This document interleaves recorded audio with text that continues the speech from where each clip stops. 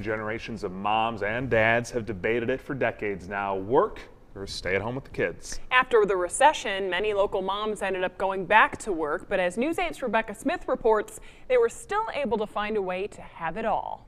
I said the only thing that would be better is if you had one more boy. Meet four Quad City moms, all trying to have it all. And then my son comes. Quad City Moms blog operator Kimmy Halverson, part-time lab tech Amy Olson, hair salon employee Jacqueline Graham, and stay-at-home mom Michelle Crawford. I always had these big goals and dreams, and I met my husband young, and we got married young, and his career took off, so it was hard sitting in the back seat watching his success. Luke, did you do anything fun today? But Michelle's come to terms with the fact that her definition of having it all has changed. She thanked you. You realize that, we're the ones putting the pressure on ourselves. It's not society. The question of whether or not to work is nothing new for mothers.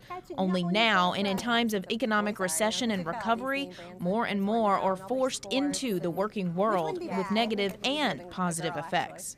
According to a recent Forbes.com survey, nearly half of all working moms participating felt they'd be happier if they didn't have to work at all. But another recent study found moms who work full-time to be healthier than their stay-at-home and part-time working mom counterparts and less likely to develop depression.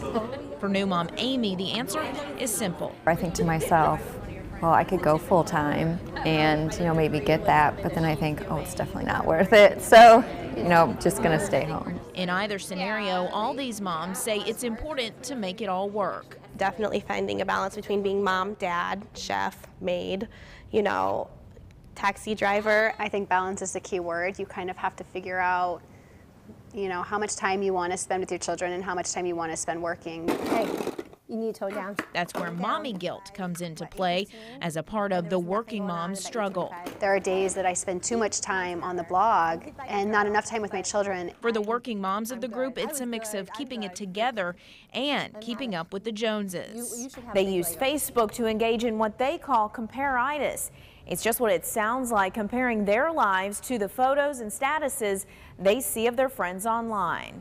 For single mom Jacqueline, whenever I see happy families and husbands and wives going out with their children and doing all these wonderful activities together, I get upset about that just because that's what I want. But what you see isn't always what you get. I'm not gonna, take a picture of my messy house every day. I mean, I have posted it a couple of times just to let people know, here, this is what my house looks like when you don't come over. One thing that is apparent, all these ladies say they need a good support system. You need those female relationships in your life to build you up and talk you off the cliff. Rebecca Smith, WQAD News 8. Thank you, Rebecca. According to ForbesWoman.com, more than a third of women actually resent their partners for not making enough money at their job to afford them the ability to stay home with the family.